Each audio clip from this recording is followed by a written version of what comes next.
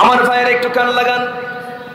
আল্লাহ রাব্বুল আলামিনের পরে বলছেন, ইন্নাল্লাযীনা ইয়াতলুনা কিতাবাল্লাহি ওয়া আকামুস সালাত ওয়া আনফাকু মিম্মা রাযাকনাহুম সিররান ওয়া আলানিয়াহ। নাম্বার 2 হলো যারা নামাজ কায়েম করবে। আগে নামাজে দাঁড়ানোর আগে কোরআন পড়ার দরকার আছে না নাই? নামাজে কি পড়া লাগে? কি পড়া লাগে? নামাজে দাঁড়িয়ে তো কোরআন তেলাওয়াত করতে হয়। এই জন্য আল্লাহ রাব্বুল আলামিন আগে তেলাওয়াতের কথা বললেন। নাম্বার 2 বললেন যারা নামাজটা কায়েম করবে। এখানে নামাজ কায়েমের কথা এসেছে। আমার বন্ধুগণ, খুব পরিচিত কথা।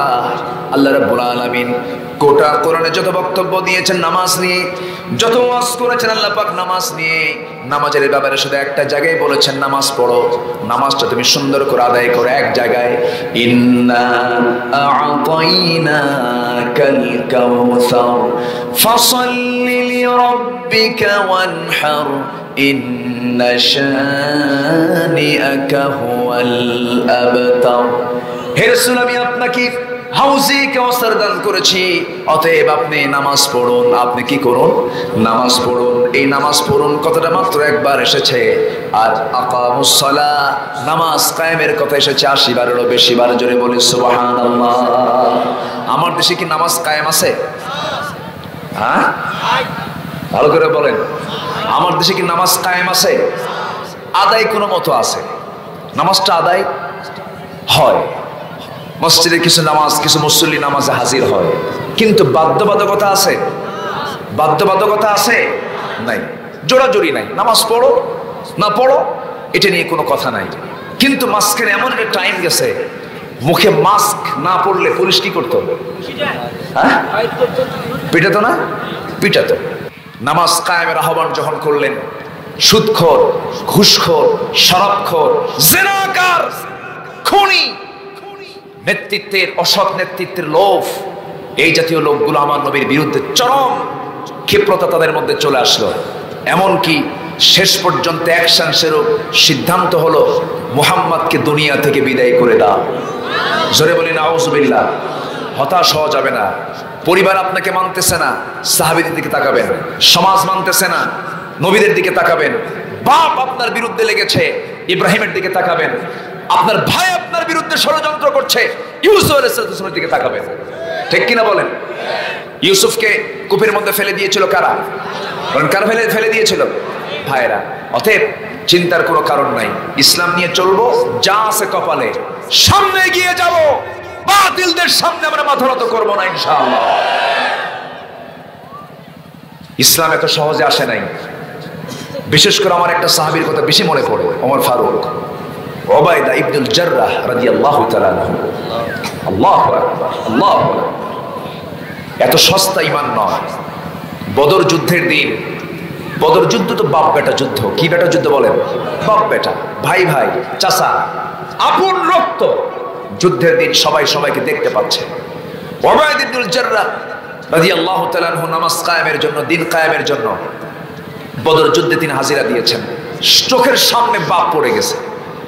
বাপকে দেখা মাত্রই উবাইদা ইবনুল জাররাহ রাদিয়াল্লাহু তাআলা আনহু বাবার চিত্র দেখেই তরবারি আর চলে না। তরবারি আস্তে করে তিনি কি করলেন? কোষবদ্ধ করলেন। তরবারি গুটায় নিয়ে ঘুরে ফিরে দাঁড়ালেন।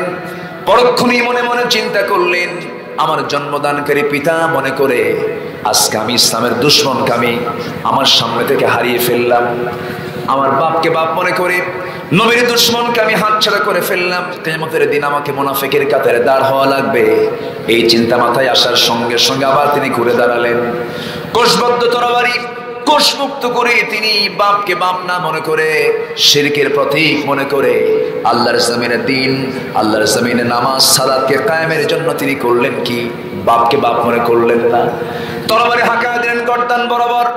মাথা ছিটকে পড়ে গেল, ধর আরেকদিকে ছিটকে পড়ে গেল। যুদ্ধে মুসলমানদের বদরে যখন বিজয় চলে আসলো, সবার মুখে হাসির ঝিলিক। কিন্তু আমার নবী লক্ষ্য করে দেখেন উবাইদা যুদ্ধের একটা কোনায় ডুকরে ডুকরে বসে বসে কান্দে। যুব সমাজ মাহফিলটার আয়োজন করেছে, যুবকরাই পারে, বুড়ারা পারবে কখন? বুড়া তো পারেন। যদি পারতই তাহলে মাহফিলে তো গোটা দেশে এতগুলো মাহফিল দেখি, কোথাও তো দেখি না যে বিরাট বুড়া সমাজ কর্তৃক আয়োজিত, কোথাও নাই, সব যুব সমাজ, তাই না? যদি পারে বুড়া মানুষ কিছু বাধাও দেয়, দেখছেন বুড়া মানুষের মধ্যে এত রাগ আপনাদের? না, বুড়ো মানুষেরও দরকার আছে, আছে না নাই বলেন তো? বুড়ো মানুষের প্রয়োজন আছে, মুরব্বীদের প্রয়োজন আছে। তবে হ্যাঁ, যুবকদের দ্বারা ইসলামের উপকার কম হয় না বেশি হয়? বেশি হয়। এই জন্য যুবকদেরকে আমরা ধন্যবাদ জানাচ্ছি। আসুন আমরা আলোচনার দিকে আস্তে আস্তে চলে যাই। আমরা যে কিতাবের আলোচনা শুনছিলাম, আমার পূর্বের ভাই আমার নাম ঘোষণা করতেন, ওনার নামে বলে ফেলছে আগে। আমার নাম বলাটাও কঠিন, আমার নামটাকেও এ পর্যন্ত আমি ম্যাক্সিমাম মাহফিলের যারা আয়োজক বলতে নিয়ে পুরো মাখরাজ সহকারে বলতে পারে না, একটু জটিল হয়। কিন্তু আমার ওমর ফারুক ভাইয়ের নামটা একদম ইজি, পানির মতো, এত সুন্দর নাম, বলি আলহামদুলিল্লাহ। নাম শুনলে গা ঠান্ডা হয় না গরম হয়? ওমর ফারুক, আর আমি তো আব্দুল্লাহ, আমি ভাঙ্গাচুরা মানুষ। ওমর ফারুক সুন্দর একটা নাম, যে ওমরের নাম শুনলে শয়তান পর্যন্ত ভয় খায়। আল্লাহু আকবার বলেন। আল্লাহ তুমি আমার ওমর ফারুককে দ্বীনের জন্য কবুল করো, জোরে বলি আমিন। কি সুন্দর চেহারা দেখেন না, নূরুন আলা নূর। আলহামদুলিল্লাহ বলেন। আমার আপনার চেহারা কি খারাপ? আস্তে আস্তে করে, আমরা কি খুব খারাপ নাকি? সবাই সুন্দর। কে সুন্দর? কে বানিয়েছেন? এই যে আমার পাশে বসে আছে শরীফ, দেখতে হয়তো বাহ্যিক কালারটা একটু কালো দেখা যায়, একটু নাইজেরিয়া ভাব, সমস্যা নাই। বেলালের উত্তরসূরি যদি হতে পারে, সোজা জান্নাত। জোরে বলি সুবহানাল্লাহ। আমার নবী খুব সুন্দর ছিলেন, কিন্তু নবীর পাশেই ইমাম আছে, যেখানে মুয়াজ্জিন আছে, পাশে কে থাকতো? বেলাল। বিশ্বের সেরা সুন্দরের পাশে থাকতেন বেলাল। বাহ্যিক সৌন্দর্য দিয়ে কি করবেন? ভিতরটা সুন্দর থাকতে হবে। আমার ভিতরটা সুন্দর করব, জোরে বলি ইনশাআল্লাহ। আল্লাহ রাব্বুল আলামিন কোরআনে কারীমের ভিতরে সুন্দর করে জানিয়ে দিচ্ছেন, ইন্নাল্লাযীনা ইয়াতলুনা কিতাবাল্লাহি ওয়া আকামুস সালাহ ওয়া আনফাকু মিম্মা রাযাকনাহুম সিররান ওয়া আলানিয়াহ ইয়ারজুনা তিজারাতান লান তাবুর। আল্লাহু আকবার। আল্লাহ রাব্বুল আলামিন বলেন, ইন্না, নিঃসন্দেহে, আল্লাযীনা, যারা, ইয়াতলুনা, রিসাইট করে, আবৃত্তি করে, তেলাওয়াত করে, সুন্দর করে যারা পড়ে, কিতাব আল্লাহ, কার কিতাব? আসতে বলবেন না, কার কিতাব? আল্লাহর কিতাব এখন পৃথিবীতে আছে কয়টা? মোট কতগুলো? 104টা। 104খানা কিতাবের প্রতি বিশ্বাস আনতে হবে, বিশ্বাস রাখতে হবে। কিন্তু পৃথিবীতে হুকুম চলছে আজকে কয় কিতাবের? এক কিতাবের। এই কিতাবটা পড়ার বোনাস হলো, এই কিতাব পড়লে পরে পূর্বের 103টা কিতাব পড়ার সমান আল্লাহ রাব্বুল আলামিন তার আমলনামায় দিয়ে দেন। 103 কিতাবে যা ছিল এই কিতাবেও তা আছে, তাওরাতে যা ছিল এই কিতাবেও তা আছে, ইনজিলে যা ছিল তাও এই কিতাবে আছে, জাবুরে যা ছিল তাই কিতাবের মধ্যে আছে। আমার বন্ধুগণ, কিন্তু অন্য নবীর উম্মতরা এই বোনাসটা পান নাই, আমরা পেয়েছি এক্সট্রা বোনাস। জাবুরের সওয়াব পেয়ে যাচ্ছি, ইনজিলের সওয়াবটা পেয়ে যাচ্ছি, তাওরাতের সওয়াবটা পেয়ে যাচ্ছি। এই জন্য আমরা কোরআনটা তেলাওয়াত করব, কম না বেশি? আসতে বলুন, কম না বেশি? কোরআন শুনবো বেশি বেশি, গান শুনবো কম না? শুনবো তাও গান শুনবেন? গান টান শোনা যাবে? যাত্রা দেখা যাবে? কে যেন বললো, কোন এক বুদ্ধিজীবী, মোবাইলে থাকে 32 জিবি, 60 জিবি, 64 জিবি, 128 জিবি, আর কোন এক বুদ্ধিজীবী, ওই বুদ্ধিজীবী তার বুদ্ধি থেকে বের করে বললেন যে দেশে একটা বিপদ লক্ষ্য করা যাচ্ছে। কি বিপদ? দেশে যে যাত্রা ছিল, পালা যাত্রা, লোকসঙ্গীত, এই সমস্ত শত বছরের এই হারানো সংস্কৃতি আমরা হারিয়ে ফেলছি। এই সমস্ত যাত্রা হারিয়ে ফেলার পিছনে সবচেয়ে বড় দায়ী হলো ওয়াজ মাহফিল। কি বুদ্ধিজীবী দেখেন। আচ্ছা, যাত্রা দেখে আল্লাহওয়ালা হয়তো না, যাত্রা যারা দেখতে আসে পুরুষ মানুষ, নাচে কারা? ভালো তো না? পর্দার সহিত যাত্রা হয়। যাদের কাছে পর্দার প্রাধান্য বেশি, মাহফিলের প্রাধান্য নাই, আবার এরা কি করে জানেন? এরা আবার মাথায় টুপিও লাগায়। হ্যাঁ, টুপি লাগায়, পরনে পাঞ্জাবি লাগায়। যাত্রা কমিটিরও সভাপতি, মাহফিল কমিটিরও সভাপতি। আছে না নাই? আল্লাহ খুশি থাক, শয়তানও বেজার না হয়। শয়তান বেচারাকে অযথা অসন্তুষ্ট করার কি দরকার? ও থাকুক, আল্লাহও থাকুক। এই সমস্ত লোকগুলোর চরিত্র হলো মুনাফিকের চরিত্র। আসতে বলবেন না, জোরে বলুন ঠিক কিনা? মুনাফিককে চেনার জন্য সূরা মুনাফিকুন আছে না নাই? মুমিনকে চেনার জন্য সূরাতুল মুমিনুন আছে না নাই? আছে। আমরা মুনাফিক চিনব, মুমিন হব। মুনাফিক চিনব, মুমিন হব। কই যান? না, বসেন, গেলে ভাল লাগে না। না, আসেন। সমস্যা? খাওয়া দাওয়া নাই তো? না খায়া ওয়াজ করে, এটা কোনো কথা হলো নাকি? আগে খাওয়া, হ্যাঁ, কুলু ওয়াশরাবু, খাও পান করো, এরপরে যা আছে করো। না খায় ওয়াজ উঠছেন কেন? আপনি তো উঠাই তো জায়েজ হয় নাই। খাইতে হবে আগে। খেতে কে বলেছেন? মুখটা দিয়েছেন কিসের জন্য? বেশি করে আমরা বিড়ি খাবো। হ্যাঁ, তাহলে খাওয়ার মধ্যেও কিছু মানা আছে না নাই? কিছু খাওয়া যাবে, কিছু খাওয়া যাবে।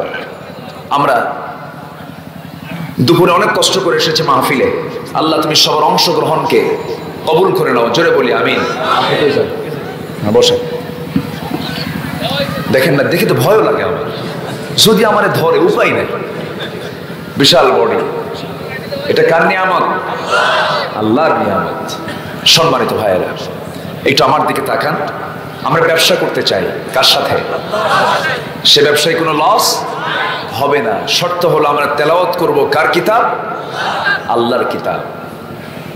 নামাজেও তেলাওয়াত করব, সমাজেও তেলাওয়াত করব, পরিবারেও তেলাওয়াত করব, সন্তানদের নিয়েও তেলাওয়াত করব, পরিবারের মাঝে তেলাওয়াত করব। যে পরিবারে, যে সমাজে, যে রাষ্ট্রে, যে জনপদে কোরআনের এই ব্যবহার বেশি থাকবে, কোরআন তেলাওয়াতের কালচারটা বেড়ে যাবে, সেই সমাজে রোগ শোক কম হবে, অসুখ বিসুখ কম হবে।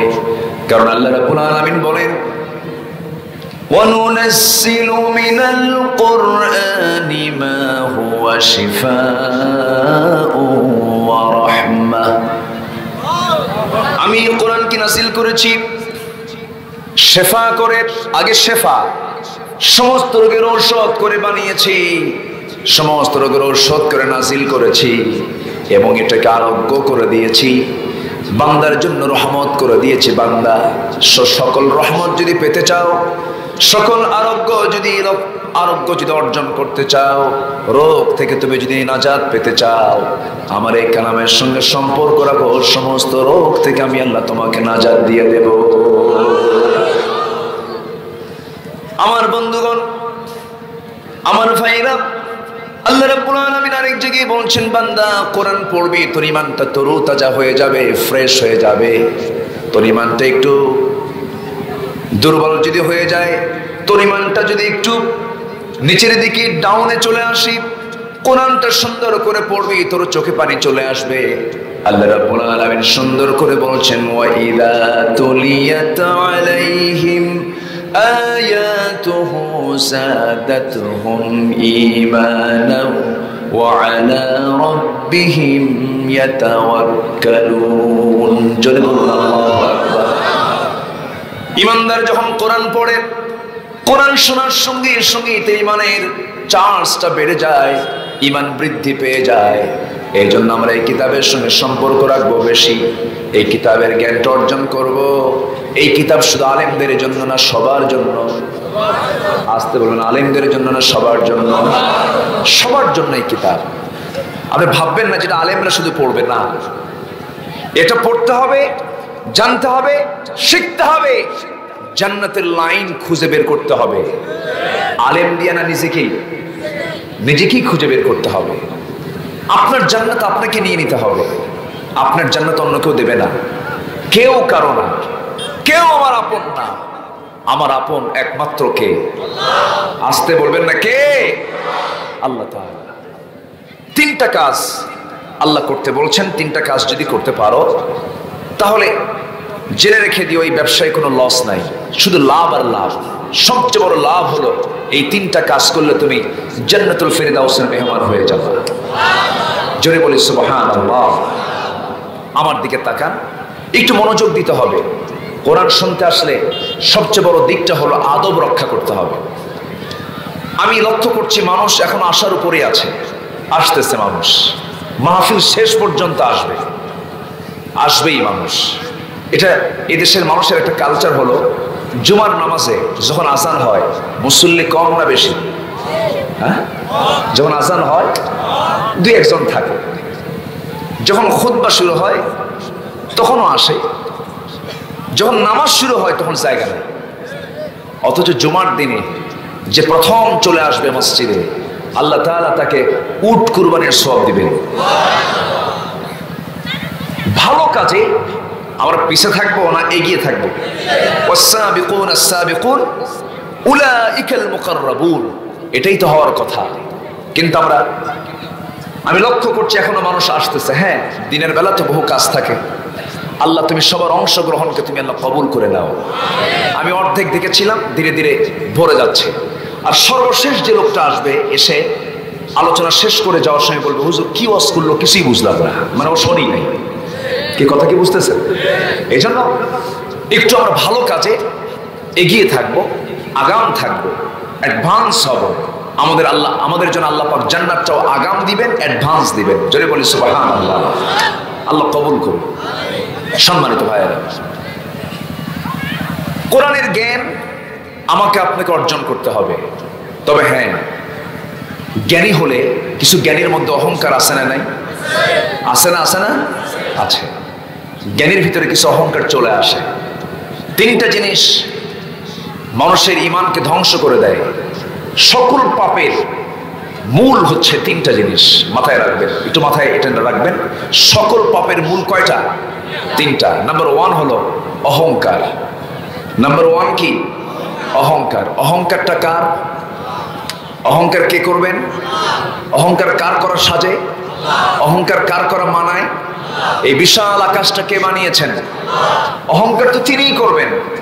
সে আকাশের নিচে তুমি থেকে তার দেওয়া জমিনের নিয়ামত ভোগ করে তুমি কিসের প্রাউড দেখাও?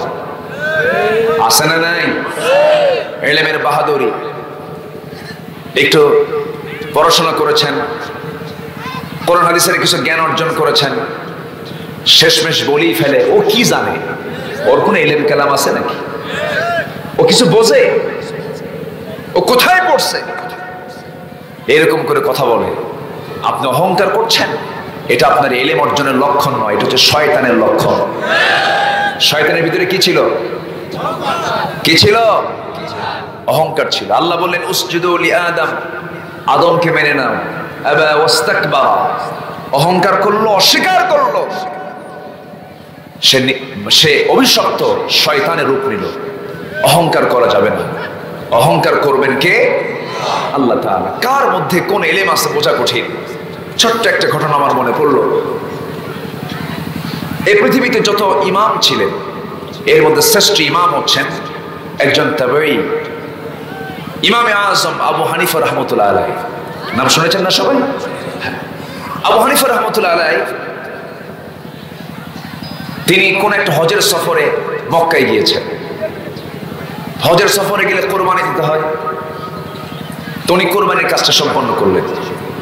সম্পন্ন করে এরপরেই তিনি হলক করে ইহরামের কাপড় খুলে নেবেন, ইহরাম ভাঙবেন। তো তিনি সেলুনে গেলেন, এক নাপিতকে পেলেন। নাপিতকে বললেন, তুমি কি আমার মাথাটা হলক করে দিবা? হ্যাঁ দেব। কত টাকা নিবা? সঙ্গে সঙ্গে নাপিত বলতেছে, তুমি হজ করতে আসছো নাকি? হ্যাঁ হজ করতে আসছি। কিন্তু তুমি এরকম বাজার দর করো কেন? তুমি হজটা সফরে এসে হেরামের কাপড় পইরা দামাদামি করো কেন? এটা কি জায়েজ নাকি? উনি থমকে দাঁড়ায় গেছেন। এই নাপিতের ভিতরে এই সেন্স, মারাত্মক ব্যাপার তো। উনি চুপসে গেলেন, থেমে গেলেন। এরপরে নাপিত বলতেছে, আপনি কি মাথা হলক করবেন? হ্যাঁ হলক করবো আমি। তাহলে বসেন। বসে গেলেন। বসে ডান দিক থেকে সমস্ত কাজ করতে হয়। কোন দিক থেকে? ডান দিক থেকে। তিনি ডান সাইড না দিয়ে তিনি বাম সাইডটা নাপিতের হাতের আগে মাথাটা লাগাই দিলেন। নাপিত বলে, যেটাও তো বোঝেন না, হজ করতে আসছেন, কাজ শুরু করতে হয় ডান দিক থেকে। ভুল কয়টা হলো? আসতে কোন কেন? ভুল কয়টা হলো? ভুল হচ্ছে কি সাধারণ মানুষের না বড় আলেমের? হ্যাঁ, আর ভুলটা ধরতেছে কে? কথা বোঝা যায়? আমার ভাইয়েরা, ইমাম আবু হানিফা রাহমাতুল্লাহ আলাইহি মনে মনে চিন্তা করলেন, আরে লোকটা সিম্পল দেখলাম, সাধারণ একজন নাপিত, আমার পরপর দুইটা বড় বড় ভুল ধরে ফেললো। বসে গেলেন। ডান দিক থেকে হলকের কাজ শুরু হলো, মাথা মুন্ডনের কাজ শুরু হয়ে গেল। কিন্তু আবু হানিফা রাহমাতুল্লাহ আলাইহি তিনি চুপসে গেলেন, বিস্মিত হয়ে গেলেন। তিনি আশ্চর্য হলেন, আরে এত বড় দুইটা ভুল করে ফেললাম। চুপ মেরে আসেন, কিছুই তার মুখ থেকে বের হচ্ছে না। এবার নাপিত বলতেছে, আল্লাহর ঘর কাবা জিয়ারত করতে এসেছো, হজ করতে এসেছো, চুপ করে থাকো, কোন আল্লাহর জিকির করো। সুবহানাল্লাহ। চুপ করে কি চিন্তা করো? আল্লাহর জিকির করো। ভুল হলো কয়টা? তিনটা ভুল হয়ে গেছে। মাথা মুন্ডন যখন শেষ হয়ে গেছে, মাথা মুন্ডন শেষ করার পর আবু হানিফা রাহমাতুল্লাহ দাঁড়ায় গেলেন। দাঁড়ায় গিয়ে তিনি কি করলেন? আস্তে করে তার হাতে কিছু টাকা দিয়ে তিনি চলে যাচ্ছেন। এবার বলা হচ্ছে, ও হাজী সাহেব, তুমি কোথায় যাও? আমার গন্তব্যে চলে যাচ্ছি। আর কি কোনো আমল নাই? কিন্তু এখন আর কি কাজ করব? সঙ্গে সঙ্গে নাপিত বলতেছে, তোমার হলক তো শেষ হলো, হেরা মুক্ত হয়ে গেলে, এখন তো তোমার 2 রাকাত নামাজ পড়া দরকার। আবু হানিফা রাহমাতুল্লাহ আলাইহি মনে মনে চিন্তা করলেন, হারি সাধারণ একজন নাপিতের ভিতরে এমন যদি মেধা থেকে থাকে, তার সামনে তার 4-5টা ভুল হয়ে গেল। আমার বন্ধুগণ, আপনি 2-3 লাইন 2-3টা কিতাব মুখস্থ করেছেন, কোরআন পড়েছেন, হাদিস পড়েছেন, হয়তো আপনি ইঞ্জিনিয়ারিং সাইডে পড়াশোনা করেছেন, মেডিকেল সায়েন্সে পড়াশোনা করেছেন, বড় সাহিত্যিক হয়েছেন, বড় বড় কবি সাহিত্যিকদের লেখা গবেষণা করেছেন। আপনি জ্ঞানী হতে পারেন, কিন্তু আপনি অহংকারী হতে পারেন না। জ্ঞানী কখন অহংকারী হয় না, জ্ঞানী হয় বিনয়। জ্ঞানী হয় কি? বিনয়। যে জ্ঞান অহংকার বানায়, সেই জ্ঞান জ্ঞান নয়, সে জ্ঞান হচ্ছে মূর্খতা। সে জ্ঞান কি? মূর্খতা। আমরা অহংকারী হব না বিনয়ী হব? বিনয়ী হব। আল্লাহ রাব্বুল আলামিন বলেন, ওয়াইবাদুর রাহমানিল্লাযীনা ইয়ামশুনা আলাল আরদি হাওনা ওয়া ইযা খাতাবাহুমুল জাহিলুনা ক্বালু সালামা। জোরে বলুন আল্লাহু আকবার। রহমানের যারা বান্দা, আল্লাহর যারা প্রিয় বান্দা, জমিনে তারা অত্যন্ত বিনয়ী হয়ে চলাফেরা করে, রূঢ় কোনো আচরণ করে না, মুখ থেকে খারাপ কোনো কথা বলে না, আজে বাজে কোনো বেহুদা কোনো আচরণ করে না। জমিনে যখন সে চলাফেরা করে, অত্যন্ত বিনয়ী হয়ে চলাফেরা করে। কোনো মূর্খ লোক তার সামনে দাঁড়িয়ে গেলে তর্ক বিতর্ক না করে, সালাম দিয়ে আস্তে করে সেই জায়গা থেকে কেটে পড়ে। গণ্ডগোলে ইমানদার কখনো অংশগ্রহণ করে না। মুখে কোনো বেহুদা কথা বলে না। জিহ্বা কন্ট্রোল, জান্নাত কন্ট্রোল। চোখ কন্ট্রোল, জান্নাত কন্ট্রোল। কান কন্ট্রোল, জান্নাত কন্ট্রোল। নাফস কন্ট্রোল, জান্নাত কন্ট্রোল। যখন চুপ থাকবো তখন করব ফিকির, যখন কথা বলবো তখন করব জিকির। রাজি আছেন? চুপ থাকলে ফিকির, চুপ থাকলে কি? ফিকির। আর কথা বললে, বলেন কথা বললে কেমন করে জিকির করবেন? সেই জিকিরটা কেমন করে হবে? আমার দেশে জিকিরের কিছু ভুল পন্থা আমার দেশে আছে না নাই? জিকিরের নামে কিছু ভণ্ডামি আছে না? জিকির মানে আমরা বুঝি কি একই শব্দ বারবার করে উচ্চারণ করা। আবার জিকির মানে আমরা বুঝি যে অস্থির হয়ে যাওয়া, ফানাফিল্লা হয়ে যাওয়া। দেখেন না আমার দেশে ইরে বাপরে বাপ, মানে জিকিরের ঠেলায় পায়জামা থাকে না, এরকম আছে না নাই? এক লাফে আম গাছে ওঠে, জাম গাছে ওঠে, ভুল করে বড়ই গাছে ওঠে না, বড়ে গেছে যে কাঁটা আছে। এরকম কিছু বেকুব আছে না নাই বলেন তো? ইসলামকে হাসির পাত্র বানাবেন না। এমন কোন জিকির ইসলামে নাই, এমন কোন সিস্টেম ইসলামে নাই যে আপনি জিকির করতে করতে অস্থির হয়ে যাবেন, পাগলের মতো হয়ে যাবেন, লাফ মেরে একজন আরেকজনের ঘাড়ে বসবে না। এরকম কোন সুন্নাহ পদ্ধতি আম্মি কেরামদের মাঝে ছিল না, আমার নবীর সাহাবীদের মাঝেও ছিল না। জিকির মানে হলো, সবচেয়ে বড় জিকির হলো ইন্নাল্লাযীনা ইয়াতলুনা কিতাবাল্লাহ, যারা তেলাওয়াত করবে কার কিতাব? আসতে বলেন না, কার কিতাব? আল্লাহর কিতাব যারা তেলাওয়াত করবে, এটাই হলো মুখে হলো জিকির। আর চুপ থাকলে আমরা ফিকির করব কাকে নিয়ে? আসতে বলেন কাকে নিয়ে? এবং তার সৃষ্টিকে নিয়ে আমরা ফিকির করব। যে কোনো প্রাণীর দিকে তাকাবো, গভীরতায় চলে যাব, যে কোনো সৃষ্টির দিকে চলে যাব, এটার গভীরতায় চলে যাব। আল্লাহ রাব্বুল আলামিন সুন্দর করে বলছেন, আল্লাযীনা ইয়াযকুরুনাল্লাহা কিয়ামান ওয়া কুউদান ওয়া আলা জুনুবিহিম ওয়া ইয়াতাফাক্কারুনা ফি খালকিস সামাওয়াতি ওয়াল আরদ রব্বানা মা খালাকতা হাযা বাতিলান সুবহানাকা ফাকিনা আযাবান নার। জোরে বলুন আল্লাহু আকবার। ঈমানদার তো তারাই যারা দাঁড়িয়ে থেকে, বসে থেকে, ডানে বামে, শয়নে স্বপনে তারা আল্লাহ তাআলার জিকির করে, আর আল্লাহর সৃষ্টি নিয়ে গবেষণা করে শেষ পর্যন্ত সে চোখের পানি ফেলে দিয়ে বলে, আল্লাহ তুমি যা বানাইছো কোনোটাই তুমি অকল্যাণের জন্য বানাও নাই, প্রত্যেকটি সৃষ্টির মাঝেই তোমার রয়েছে মহাকল্যাণ। জোরে বলি সুবহানাল্লাহ। আমার ভাইরা, আমার বন্ধুগণ, দিন তো চলে যাচ্ছে, যে দিনটা চলে গেল আর তো এই দিনটা ফিরে পাবো না। যে সন্ধ্যা হারিয়ে ফেললাম সেই সন্ধ্যা তো আর পাবো না। এই যে বিকালটা কেটে গেল, এই বিকালকে আর আগামীকালকে পাবো নাকি? আরেকটা বিকাল চলে আসবে। কিন্তু সেই বান্দার জন্য সবচেয়ে বড় আনন্দের বিষয়, যার আজকের বিকেলের চাইতে কালকের বিকালটা আরো ভালো গেল। আজকের বিকালের চাইতে কালকের বিকালকে আরো সুন্দর করতে হবে, তারপরের দিনের বিকালকে আরো সুন্দর করতে হবে, তারপরের দিনের বিকালকে আরো সুন্দর করতে হবে। আজকে রাতে তাহাজ্জুদটা বাদ হয়ে গেছে, কালকে তাহাজ্জুদটা আমাকে পড়তে হবে। পরের দিন তাহাজ্জুদ পড়েছে 4 রাকাত, ডেভেলপ করে তারপরের দিন চিন্তা করতে হবে 8 রাকাত পড়বো। দিন যত বাড়িয়ে যাবে আমার পরিবর্তন হওয়া দরকার, আছে না নাই? আসতে বলবেন না, আছে না নাই? আমি আপনি যে কোনো মুহূর্তে দুনিয়া থেকে বিদায় হয়ে যাব, সেই পরিবর্তনের জন্য 1 নম্বর মাধ্যম হলো ইন্নাল্লাযীনা ইয়াতলুনা কিতাবাল্লাহ। আমরা তেলাওয়াত করব কার কিতাব? আসতে বলবেন না, কার কিতাব? আল্লাহর কিতাব। আমার বন্ধুগণ, সাহাবীরা সুযোগ পেলেই কোরআন পড়তেন। আমার নবীজি কোথাও বসে গেলেই কোরআন তেলাওয়াত করতেন।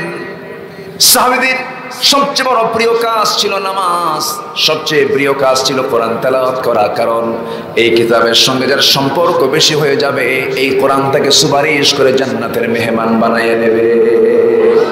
জোরে বলি সুবহানাল্লাহ। একজন বড় তাবিঈ ছিলেন উরওয়া বিন জুবাইর রাহমাতুল্লাহ আলাইহি। উরওয়া বিন জুবাইর বিখ্যাত বাবার সন্তান, বিখ্যাত একজন মায়ের সন্তান, বিখ্যাত একজন নানার তিনি নাতি ছিলেন। তার নানা ছিলেন কে? আমাদের প্রিয় নবীর সবচেয়ে কাছের মানুষ, প্রথম খলিফা সাইয়েদনা আবু বকর সিদ্দিক রাদিয়াল্লাহু তাআলা আনহু। তার মা ছিলেন তার মেয়ে আসমা বিনত আবু বকর রাদিয়াল্লাহু তাআলা আনহা। বাবা ছিলেন জুবাইর ইবনে আওয়াম রাদিয়াল্লাহু তাআলা আনহু। জান্নাতের সংবাদ এই দুনিয়াতে 10 জন সাহাবী পেয়েছিলেন, তার মধ্যে একজন ছিলেন ওই তাবির বাবা জুবাইর ইবনে আওয়াম রাদিয়াল্লাহু তাআলা আনহু। তার একমাত্র তার অত্যন্ত প্রিয় ছেলে উরওয়া ইবনে জুবাইর রাহমাতুল্লাহ আলাইহি একজন বড় তাবিঈ ছিলেন। গর্বিত মায়ের গর্বিত সন্তান, গর্বিত পিতার গর্বিত সন্তান। তিনি ৭১ বছর পর্যন্ত জীবিত ছিলেন। ৭১ বছরে মাত্র একটা দিন ছাড়া কোন একটা দিন, প্রত্যেকটা দিন তিনি কোরআন তেলাওয়াত করতেন এত পরিমাণ। দিনের বেলা ৭.৫ পারা আর রাত্রে বেলা ৭.৫ পারা। প্রত্যেক দিন তিনি কোরআন তেলাওয়াত নামাজে পড়তেন ৭.৫, বসে পড়তেন ৭.৫, ১৫ পারা। মনে হয় কম পড়া হয়ে গেছে নাকি? বলি সুবহানাল্লাহ। এমন লোক এখানে আছে জীবনে কোরআন শরীফ পড়েই নেই, এমন লোক আছে না? নাই আছে না? আছে। নীল জামা পড়া 2 বছরের একটা বাচ্চা হারিয়ে গেছে। তো কি হয়েছে? সমস্যা কি? টেনশন নাই। এখানে হারিয়ে গেলে যাবে কই? যাওয়ার কোনো কায়দা নেই। পাওয়া যাবে, পাওয়া যাবে না? পাওয়া যাবে। বলি ইনশাআল্লাহ। আল্লাহ তুমি বাচ্চাটার 2 বছরের একটা বাচ্চা, তোর মা কই?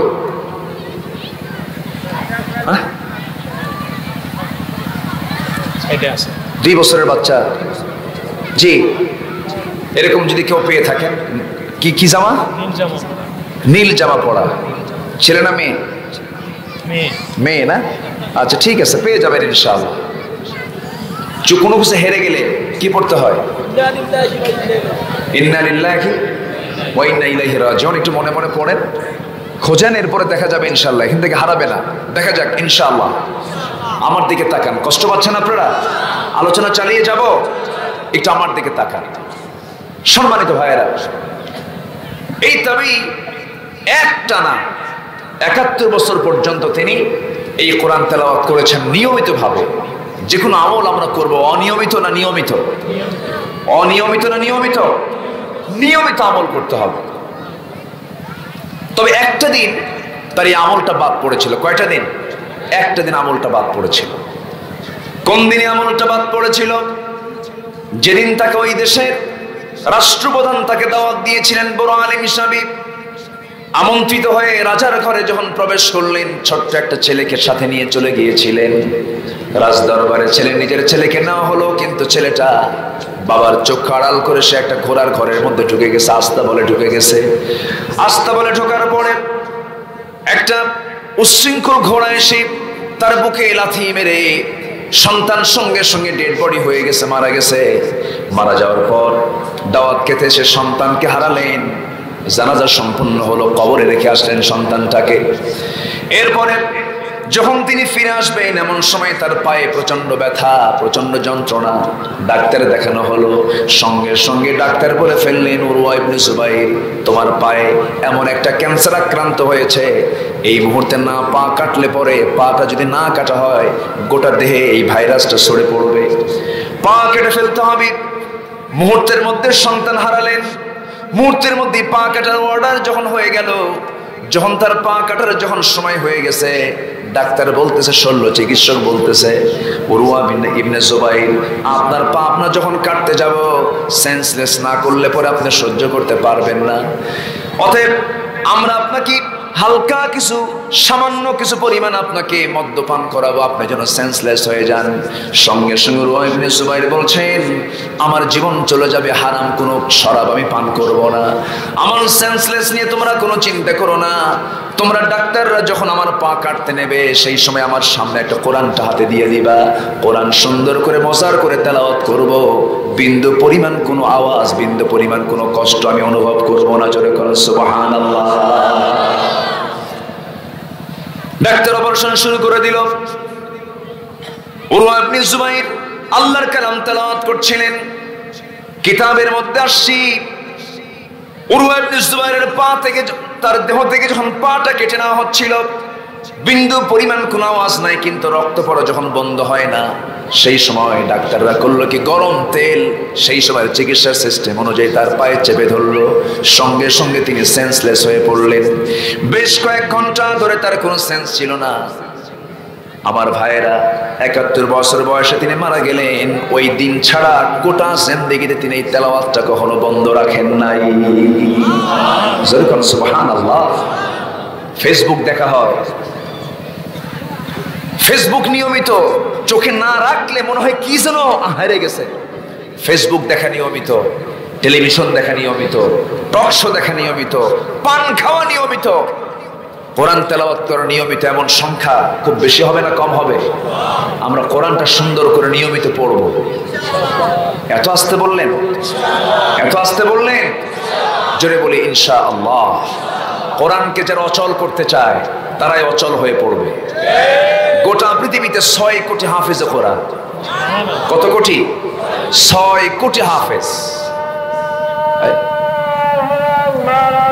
মসজিদ কত দূর তো উনি বোঝে না? অনেকে মাইকে বলতেন এত বড় একটা মাহফিল, এতটুকু কমন সেন্স নাই। অনেকে বলে দিতেন, উনি মুখে বলতেন আজকে আমরা তো নামাজ পড়বো, শেষ হোক।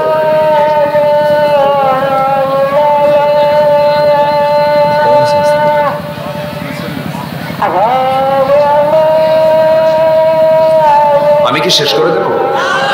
তো ওঠে কেন? ওঠে কেন? নামাজ পড়তে যাচ্ছে নাকি? হ্যাঁ,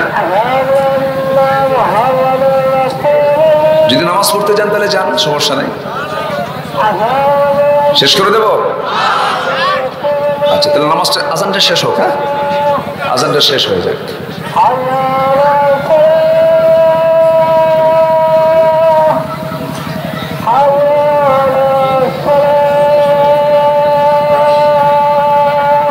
এই ছেলে, এই বসো।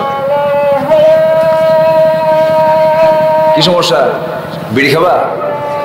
বসো বসো।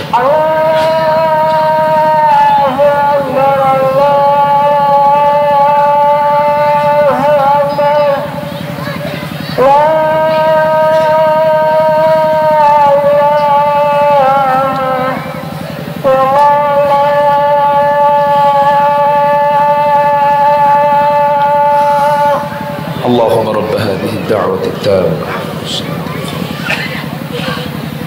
إنك لا تخلف الميعاد। আমরা আজান শুনলাম, আলহামদুলিল্লাহ বলে। তাহলে এখন তার আলোচনা হয় না, শেষ করে দিই নাকি? আলোচনা চালাই আর একটু। নামাজ কখন পড়বেন বলেন? আচ্ছা, টাইমও আপনি দিয়ে দিলেন, মাশাআল্লাহ। থাকবেন তো ইনশাআল্লাহ? সবাই থাকবেন? কেউ উঠবেন না তো? আবার এরকম ফতুয়া হবে না যে আজান হলো আবার ওয়াজ কিসে? এরকম কোনো ফতুয়া আসবে না তো? এত বড় একটা মাহফিল, পাশে মসজিদ, ওনার তো সেন্স করা উচিত এখানে ওয়াজ হচ্ছে। আজানটা আমি মুখে দেই, অথবা মসজিদে সব মুসল্লি যদি এখন মসজিদে যায়, হবে নামাজ? জায়গা হবে? ওখানে জায়গা হবে নাকি? তাহলে একটু খেয়াল করা দরকার ছিল। যাই হোক, আমার দিকে তাকান, কষ্ট পাচ্ছেন আপনারা তো? কোরআনের এই আওয়াজ যত বাড়বে সমাজ তত আলোকিত হবে। কিন্তু একটা পক্ষ চায় কোরআনের আওয়াজকে কেমনে বন্ধ করা যায়, কোরআনকে কেমনে নির্মূল করা যায়, কোরআন ওয়ালাদেরকে কেমনে অচল করা যায়। 4 শিকের মধ্যে রেখে অচল হবে না। কোরআনকে কেউ নিভিয়ে দিতে পারবে না। ইসলাম কারো বাবার নয়, ইসলাম কোনো পৈতৃক সম্পত্তি নয়। ইসলাম কোথায় থাকবে, রাষ্ট্রে থাকবে কি থাকবে না, তোমার বলার কেউ না তুমি। ইসলাম ছিল, আছে, থাকবে। তুমি থাকবে না, আমি থাকবো না। অতএব ইসলাম নিয়ে যারা কথা বলে, ইসলামকে যাদের গায়ে জ্বালা পড়া করে, ইসলাম শুনলে পরে ওদের জানাজা না দিয়া কুত্তা বিলাইয়ের মতো বিদায় করা দরকার ওদেরকে। রাজি আছেন কারা কারা? হাত উঁচু করে দেখান মুসলমান।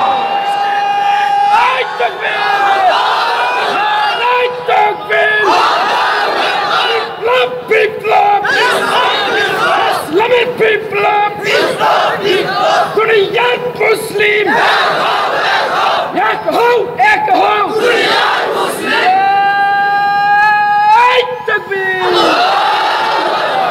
আল্লাহ তুমি সবার হাতকে কবুল করো। জোরে বলি আমিন, আরো জোরে আমিন। ভাইরে, আমরা বিজয় আনতে পারবো না যতক্ষণ না আমাদের যোগ্যতা না আসবে। আগে যোগ্যতা হাসিল করতে হবে। সকলের কাছে আমি বিনীত আরজ করি, বিজনেসে সফল হতে হলে, আল্লাহর সঙ্গে ব্যবসায় লাভ করতে হলে, আল্লাহ বলছেন 1 নাম্বার তুমি আগে নিজেকে যোগ্য করে গড়ে তোলো। আগে কি পড়া শেখো? জোরে বলেন, কি পড়া শেখো? বুঝে পড়া না, না বুঝে পড়া? বুঝে পড়া না, না বুঝে পড়া? আল্লাহ তাআলার প্রথম হুকুম হচ্ছে তুমি পড়ো। ইসলামের প্রথম হুকুম কি? পড়ো, ইকরা। তোমাকে পড়তে হবে, তোমাকে শিখতে হবে। হয়তো অনেক বুড়ো চাচা বলতেছেন আমাদের বয়স তো 60 বছর 70 বছর হয়ে গেছে, পড়বো কেমনে? কিন্তু না, পড়ার জন্য নির্দিষ্ট কোনো বয়স নেই। কারণ আমাকে সবার আগে চিনতে হবে কাকে? আল্লাহকে চিনতে হবে। আমার ভাইরা, আমার বন্ধুগণ, এই পড়ার মাঝে যদি কেউ বাধা সৃষ্টি করতে চায় আমরা তা মানব না। চিন্তা করে দেখুন, কোরআন যারা পড়ে মাদ্রাসার ছাত্র, আলিম পাশ করার পরে ভর্তি পরীক্ষায় তারা ঢাবির মতো জায়গায়, ঢাকা ইউনিভার্সিটির মতো জায়গায় ভর্তি পরীক্ষায় ফার্স্ট হয়েছে, আলহামদুলিল্লাহ বলবেন না? কলেজের ছাত্র, আমাদের দেশের শিক্ষা সিলেবাস দুইটা, একটা স্কুল সিলেবাস আর একটা কি সিলেবাস? মাদ্রাসা সিলেবাস। তো মাদ্রাসা সিলেবাসের ছাত্র আলিম পাশ করে ইউনিভার্সিটিতে তারা অ্যাডমিশন টেস্ট দেয়। স্কুল কলেজ থেকেই এরকম করে ইউনিভার্সিটি অ্যাডমিশন দেয়, ভর্তি পরীক্ষা দেয়। এবার ভর্তি পরীক্ষায় এমন একটা ঘটনা ঘটছে, সবগুলো বিভাগেই মাদ্রাসার ছাত্র ফার্স্ট হয়ে গেছে। আচ্ছা, এখন এক ইউনিভার্সিটির প্রফেসর, ও যে কি খাইয়া কইছে, কত বড় যে বোতল খাইছিল আল্লাহ জানে। বোতল খাইয়া মনে হয়, তাছাড়া তো সাধারণ জ্ঞান থাকলে তো, এই সেন্স থাকলে এই কথাটা বলার কথা না। আমি তো ঢাবির ছাত্র ছিলাম, আমিও তো শিক্ষক না, অন্তত ছাত্র তো দাবি করতে পারি। আমিও নিজে পড়াশোনা করেছি। তো উনি বলতেছেন যে পরিমাণ মাদ্রাসার ছাত্র ইউনিভার্সিটিতে ভর্তি হচ্ছে, প্রায় 60% ছাত্র মাদ্রাসার সব ইউনিভার্সিটি দখল করে ফেলতেছে। ঢাকা ইউনিভার্সিটি আর ইউনিভার্সিটি নাই, এটা যেন হয়ে গেছে একটা উচ্চতর মাদ্রাসা। ভালো, যদি মাদ্রাসা হয়ে যায় তাহলে তো চরিত্র ভালো হবে। বলি আলহামদুলিল্লাহ। মাদ্রাসায় কি র্যাগ ডে পালন হয়? কোথায় পালন হয়? স্কুলে র্যাগ ডে। র্যাগ ডে সম্পর্কে আপনাদের কতটুকু ধারণা জানি না। ইদানিং এটা নিয়ে ম্যাক্সিমাম স্কুল কলেজগুলোতে এই র্যাগ ডে গুলো পালন হচ্ছে। র্যাগ ডে হলো বিদায় দিবস, ক্লাস শেষ, সামনে পরীক্ষা, পরীক্ষার আগে একটা বিদায় দিবস পালন করে। হয় নাকি? এদিকে নাচানাচি হয়, রং মাখামাখি হয়, মাশাআল্লাহ খুব বরকত। হ্যাঁ, কেমন করে মাখামাখি করবে? ছেলে পরে আসবে একটা গেঞ্জি, মেয়ে পরে আসবে আরেকটা জামা। ছেলে মেয়ের গায়ে লিখবে যা ইচ্ছা তাই, মেয়ে ছেলের গায়ে লিখবে, পিঠে লিখবে যা ইচ্ছা তাই। হাজারো লেখার সমন্বয়ে গেঞ্জিটা লেখার হয়ে গেল, স্মৃতি হয়ে থাকলো। হ্যাঁ, আর যত রং মাখামাখি আছে সব ছেলে মেয়ে অবাধ মেলামেশা করে। এই সমস্ত চিত্রগুলো আমরা দেখছি। সম্মানিত ভাইয়েরা, কোন মুসলিম সমাজে এমন চিত্র শোভনীয় নয়, ঠিক কিনা? আমরা যখন এই জাতীয় বিষয়ের বিরুদ্ধে যখন কথা বলি, তখন আমাদেরকে বলা হয় প্রগতিবাদী নয়, এরা প্রগতি বিরোধী। যদি বেহায়াপনা যদি প্রগতিবাদী হয়, ওই প্রগতির দরকার নাই, ওটা হচ্ছে চরম দুর্গতি, ঠিক কিনা? ওগুলোর ধারে পাশে আমরা যাবো না। যুবকরা, তোমার যৌবনকে কন্ট্রোল করতে হবে, মেয়েদেরকে ভয় পেতে হবে বিয়ার আগে। বিয়ার পরে বউ তো পাবাই, মাশাআল্লাহ। বিয়ে করবা না? কিছুই কয় না। বিয়ে করবা না তোমরা? হ্যাঁ করবো, কইছে করবো। হ্যাঁ, বিয়ে করতে হবে, কিন্তু অন্যের বউ না, কিন্তু অন্যের বউ কিন্তু নিয়ে আসা যাবে না। এখন আবার ইদানিং সমস্যা হয়ে গেছে বেশি, আছে না নেই বলেন তো? কত মেয়ে পড়ে আছে অন্য বাড়িতে, অন্যের বউ নিয়ে আউট, 3 দিন নাই। আছে না নাই বলেন তো? আছে না নাই? আচ্ছা, এগুলো সব বন্ধ হয়ে যেত সমাজে কিসের বিধান চালু হলে, কিসের তেলাওয়াত চালু হলে, কিসের শিক্ষা চালু হলে? স্কুলে পড়বে আপনার সন্তান, কলেজে পড়বে আপনার সন্তান, কোনো আপত্তি নেই। ডাক্তার হবে, ইঞ্জিনিয়ার হবে, জজ হবে, ব্যারিস্টার হবে, নেতা হবে, এমপি হবে, মন্ত্রী হবে, কোনো আপত্তি নেই। মাদ্রাসায় যেমন কোরআন সিলেবাসটা আছে, এই কোরআন নামক কিতাবটাকে প্রত্যেকটি শিক্ষার সাথে এটাকে কম্পালসারি করে দেন। আল্লাহর কসম, এই জাতির চরিত্র হবে বিশ্বমানের চরিত্র। ইন্নাল্লাযীনা ইয়াতলুনা কিতাবাল্লাহ, যারা আল্লাহর কালামকে তেলাওয়াত করবে তাদের ব্যবসায় কোনো লস হবে না। জোরে বলে সুবহানাল্লাহ। তখন দেখা যাবে কি, ইউনিভার্সিটি পড়ুয়া একটা ছেলেও কোরআন সুন্দর করে তেলাওয়াত করবে, ইঞ্জিনিয়ার একজন সুন্দর করে তেলাওয়াত করবে, ডাক্তার সুন্দর করে তেলাওয়াত করবে, তখন নির্দিষ্ট ইমাম যদি না থেকে যায়, যে কোনো মুসল্লি সামনের কাতারে সে ইমাম হতে পারবে। আমার বন্ধুগণ, আমার দেশের হাজার হাজার ডাক্তার আছে যারা সূরা ফাতিহা সহি করে পড়তে পারে না, আছে না নাই? হাজার হাজার ইঞ্জিনিয়ার আছে সহি করে কোরআন পড়তে পারে না। আমার বন্ধুগণ, জাতির চরিত্র ভালো করার জন্য হাজার হাজার বই পড়ার দরকার নাই। একটা জাতিকে সুন্দর করে সুসংগঠিত করার জন্য একটা কিতাবই যথেষ্ট, তার নাম হলো কোরআন। জোরে বলি সুবহানাল্লাহ। সফল হওয়ার জন্য, ব্যবসায় লাভ করার জন্য আমি কয়টা কাজের কথা বলেছি? 3টা। চলতেছে কয় নাম্বার? 1 নাম্বার। আমার ভাইয়ের একটু কান লাগান।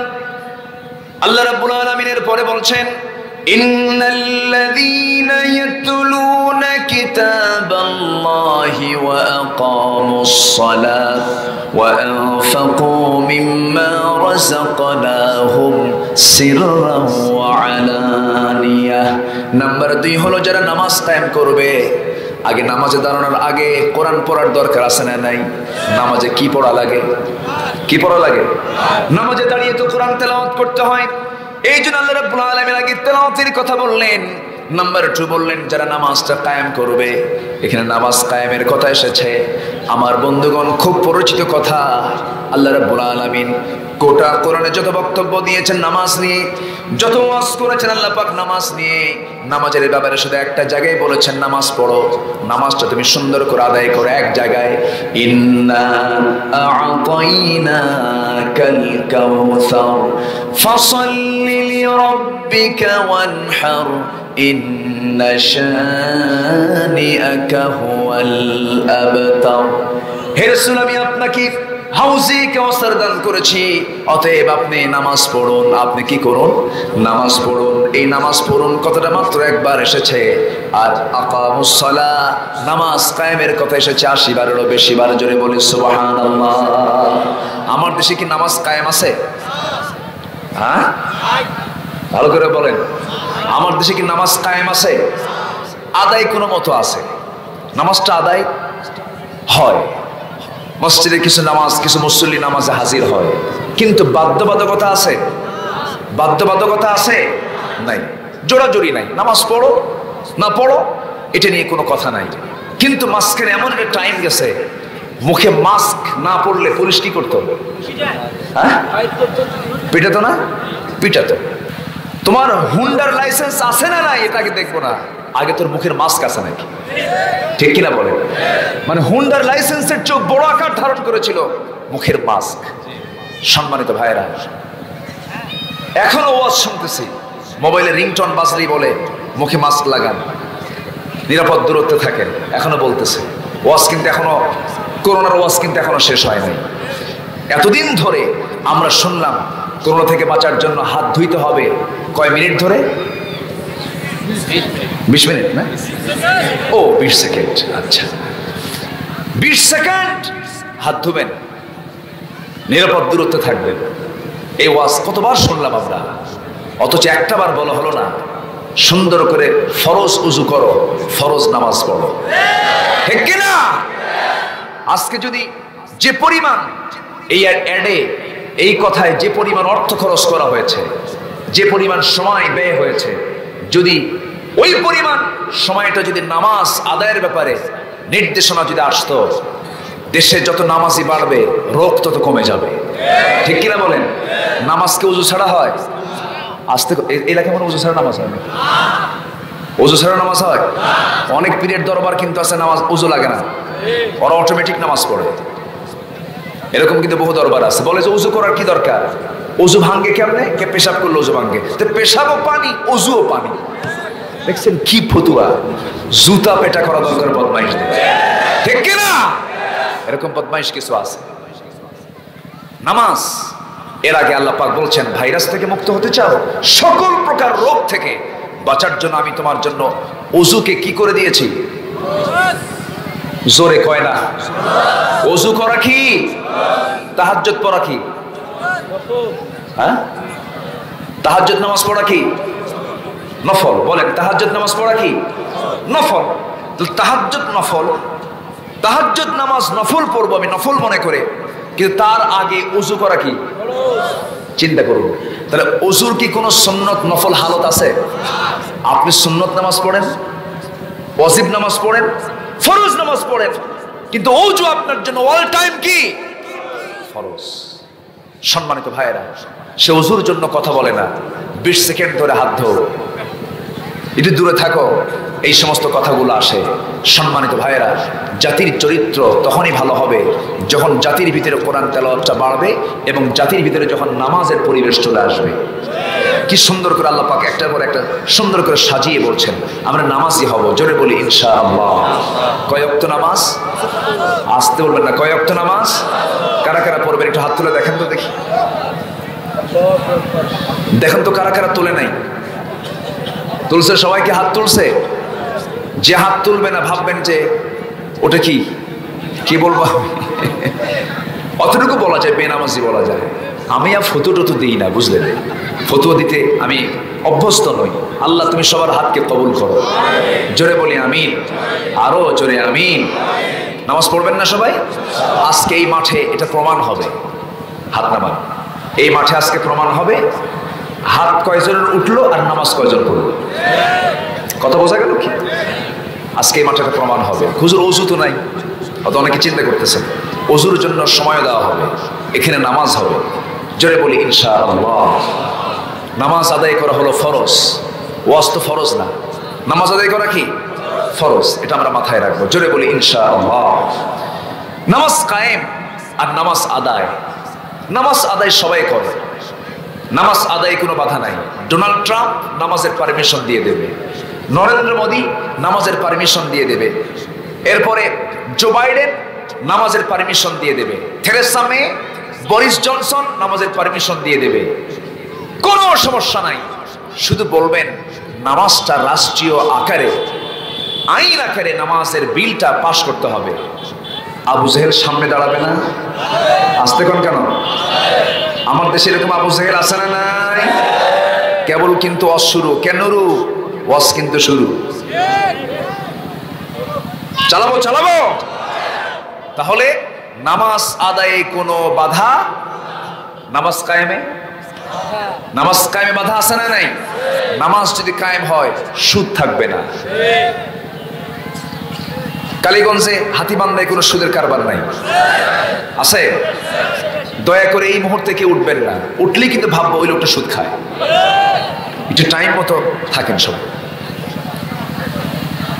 নামাজ কায়েম হলে পরে ঘুষ চলবে না, নামাজ কায়েম হয়ে গেলে পরে জেনার কোনো লাইসেন্স থাকবে না।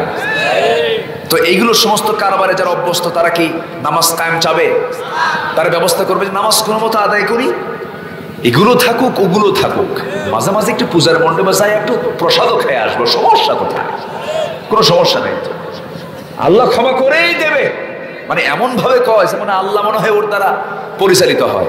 যেরকম নাউজুবিল্লাহ, এত বড় বেকুব।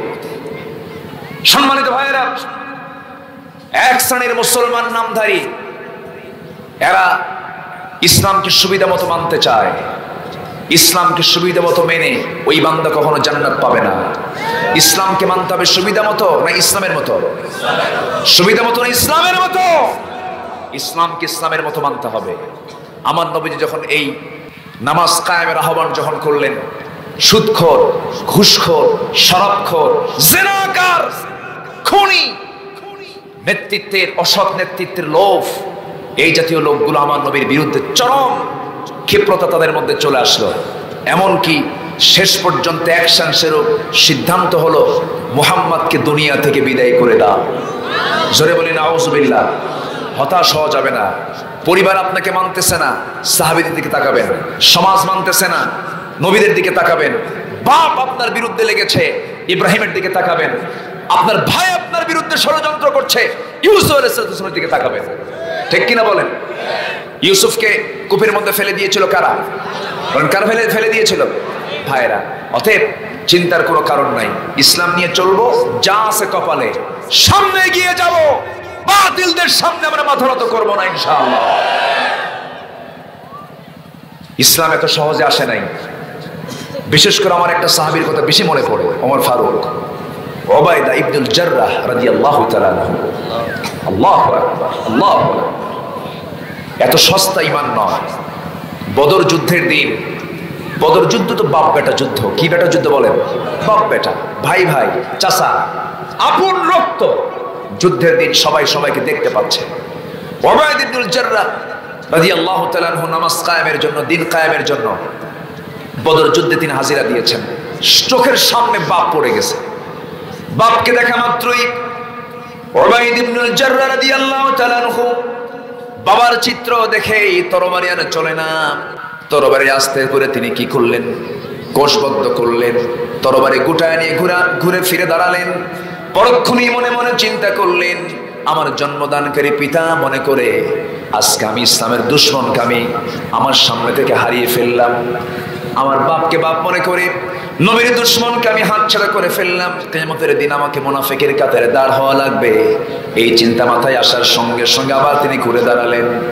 কোষবদ্ধ তরবারি কোষমুক্ত করে তিনি বাপকে বাপ না মনে করে, শিরকের প্রতীক মনে করে আল্লাহর জমিনে দিন, আল্লাহর জমিনে নামাজ সালাতকে কায়েমের জন্য তিনি করলেন কি?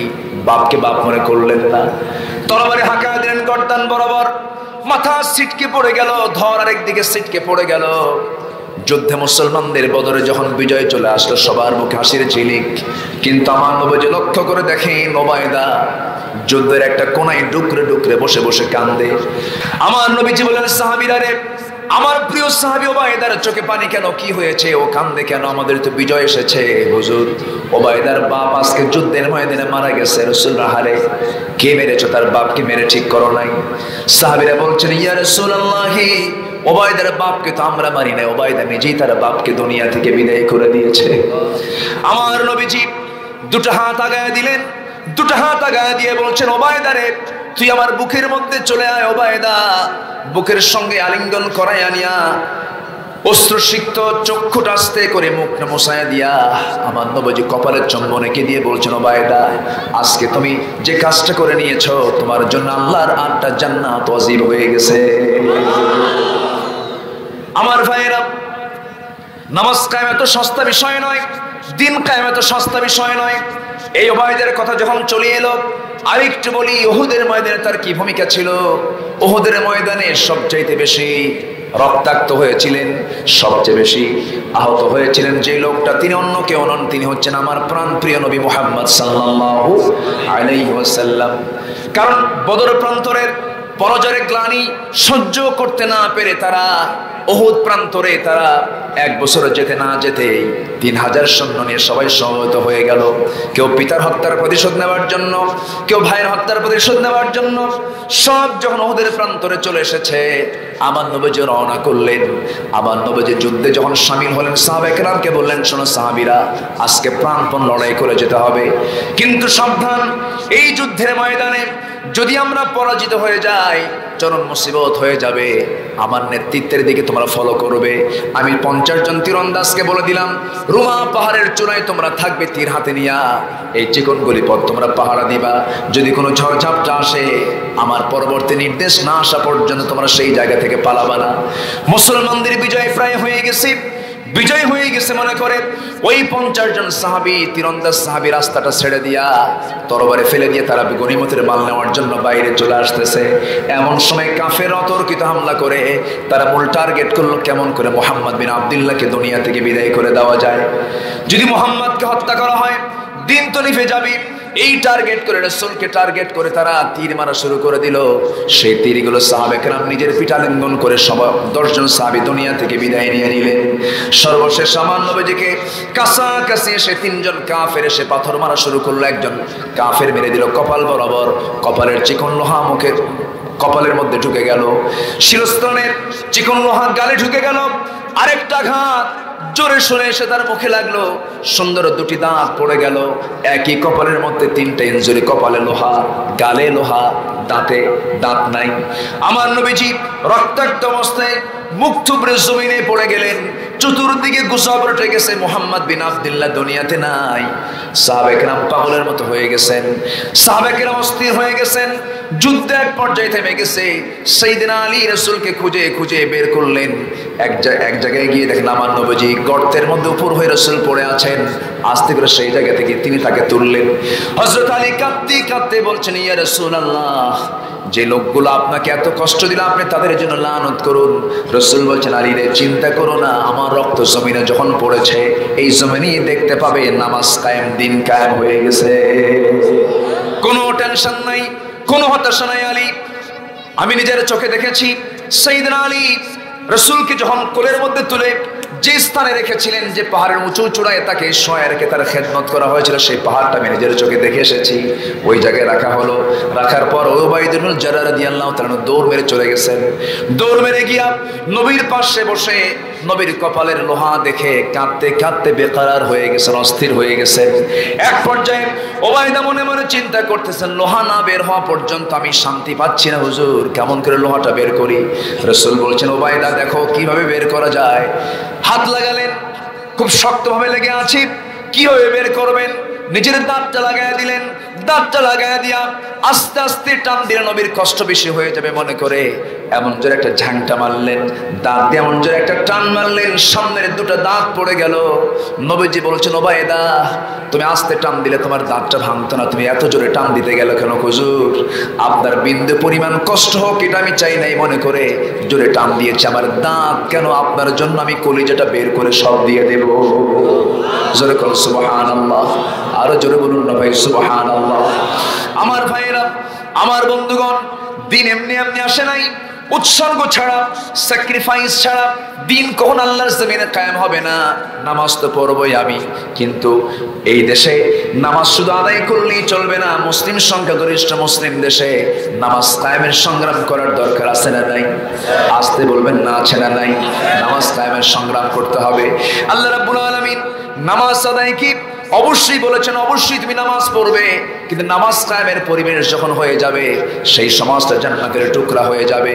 কোনো সন্ত্রাসী থাকবে না, কোনো চাঁদাবাজি থাকবে না, কোনো মারামারি থাকবে না, কোনো লুণ্ঠন থাকবে না, কোনো সেই জায়গায় কোনো রাহাজানি থাকবে না, কোনো পাপ করার কোনো পরিবেশ পাওয়া যাবে না, জেনার কোনো পরিবেশ পাওয়া যাবে না। কিন্তু দুঃখজনক হলেও সত্য, আমার দেশে মসজিদ দিন দিন কমতেছে না বাড়তেছে, মাদ্রাসা কমতেছে না বাড়তেছে, টুপিওয়ালা কমছে না বাড়ছে, কিন্তু আমার দেশে আকাম কুকাম সুদ ঘুষ কমছে না বাড়ছে? বলেন কমছে না বাড়ছে? মসজিদ বাড়ায়া দিয়া, মাদ্রাসা বাড়ায়া দিয়া সুদ ঘুষ জেনা ব্যভিচার কখনো কমানো যাবে না। সুদ ঘুষ জেনা ব্যভিচার অসামাজিক সমস্ত কাজগুলোকে বন্ধ করার জন্য একমাত্র প্রয়োজন হলো এই জমিনে আল্লাহর দিন তথা নামাজ কায়েম করা। জোরে বলি ঠিক কিনা? আল্লাহ তুমি সবাইকে বোঝার তৌফিক দাও। জোরে বলি আমিন, আরো জোরে আমিন। মন তো চাই কথা বলি, কিন্তু আজান তো হয়ে গেছে আরো আগে। কিন্তু আজকে প্রয়োজনে না হয় নামাজ বাদ দিয়ে ওয়াজি হোক, এরকম কিছু হবে? এরকম কোনো পন্থা আছে? পন্থা নাই। আর কিছুক্ষণ চালিয়ে আমরা মাঝামাঝি ওয়াক্তের সময় আমরা নামাজটা পড়বো। জোরে বলি ইনশাআল্লাহ। মাহফিল আমি শুনেছি অনেক মা বোন আসছে, মা বোনরা আসছে না? মা বোন আসছেন, বলি আলহামদুলিল্লাহ। আল্লাহ তুমি মা বোনদের অংশগ্রহণকে তুমি আল্লাহ কবুল করো। জোরে বলি আমিন, আরো জোরে আমিন। সম্মানিত ভাইয়েরা, সম্মানিত বন্ধুগণ, যুব সমাজ এই মাহফিলটা ডাক দিয়েছে, এতে আপনারা বেজার না খুশি? খুশি না বেজার? খুশি হয়েছেন তো? আল্লাহ যেন আমাদের সবার উপরে রাজি হয়ে যান। জোরে বলি আমিন, জোরে বলি আমিন। সম্মানিত ভাইয়েরা, ঈমান এনেছি আমরা, ঈমানটাকে আমরা টিকে রাখবো না? আস্তে কোন টিকে রাখবো না? ঈমান আনা সহজ, টিকে রাখা আস্তে, টিকে রাখা কঠিন। টিকে রাখার জন্য ফিতনাগুলোকে আমরা এড়িয়ে যাব, ফিতনা সৃষ্টি করব না। এর মধ্যে বড় ফিতনা আজকের সমাজে, সেটা হলো ঈমান নষ্ট করার জন্য আমার আপনার বাড়ির মা বোনদেরকে উলঙ্গ করে বাইরে বের করে দেওয়া। আছে না নাই? মার্কেটে পুরুষ বেশি না মহিলা বেশি? বলেন বলেন বলেন বলেন বলেন। বোরকা কি মেয়েদের গায়ে আছে? হ্যাঁ, ম্যাক্সিমাম বোরকাওয়ালা না বোরকা ছাড়া? কিছু আছে বোরকাওয়ালা, সে বোরকারও সাইজ বাইজ নাই, বোরকারও বহু ডিজাইন। বোরকার গায়ে আবার আয়না লাগানো। আয়না, আয়না মানে আসো, তাহলে এটা তো বোরকা পরা হলো না। এমন জাতীয় বোরকা আমার মা পড়বেন না। বোরকা হবে এক কালার। কয় কালার? এক কালার। এবং মেয়েদের পর্দা হবে বাহিরের বোরকার পর্দার চাইতে ভিতরের পর্দাটা বেশি বেশি জরুরি দরকার। বিশেষ করে খালাতো ভাই, মামাতো ভাই, চাচাতো ভাই, দুলা ভাই, দেখা করা জায়েজ? আস্তে কোন দেখা করা জায়েজ নাই। দুলাভাইয়ের সঙ্গে দেখা করা যাবে, কিন্তু শালীর সঙ্গে দুলাভাইয়ের সম্পর্ক আছে না নাই? মার্কেটে চলে যায় শালীকে নিয়ে, হুন্ডার পিছনে ঘুরে বেড়ায় শালীকে নিয়ে। শালীকে বলে এই আমার পিছনে হুন্ডায় চল। শালী মনে মনে চিন্তা করে দুলাভাই বললো না চললে কেমন হয়, তো পিছনের সিটে যখন বসতে নেয় মাঝখানে একটু ফাঁকা রাখে না, দুলাভাইয়ের গায়ে লাগলে কেমন হয়, একটু ফাঁকে ফাঁকি বসে। কিন্তু দুলাভাই আমার এমন দুলাভাই সামনে যে এমন ব্রেক মারে গ্যাপ পূরণ করে, এরকম আছে না নাই? এই সমস্ত দুলাভাইয়ের হুন্ডার পিছনে চড়া যাবে, বসা যাবে, বসা যাবে না। এগুলোকে এড়িয়ে চলতে হবে। নিজের চাচাতো ভাইয়ের সঙ্গে দেখা করা যাবে না। এগুলো হচ্ছে আসল পর্দা। এগুলো কি পর্দা বলেন? আসল পর্দা। দূরের মানুষ অত ক্ষতি করতে পারে না, বেড়াই ক্ষেত খায়। কি ক্ষেত খায়? বেড়া ক্ষেত খায়। এই জন্য চাচাতো ভাই, মামাতো ভাই, তারপরে কি ফুফাতো ভাই, দুলাভাই, হ্যাঁ এই তো আসল কথা কইছে। দুলাভাইয়ের ক্ষেত্রে খুব সাবধান থাকতে হবে। আল্লাহ তুমি আমাদের মা বোনদেরকে সঠিক পর্দা অবলম্বন করার তৌফিক দিয়ে দাও। জোরে বলি আমিন। আমার দেশে কিছু কিছু বিষয় প্রচলিত আছে। গায়ে হলুদ এলাকায় হয় নাকি? গায়ে হলুদ আছে? গায়ে হলুদ এটা কোনো অনুষ্ঠান নয়, এটা একটা চরম গুনার কাজ। এই কাজ করতে দিবেন না, এই কাজ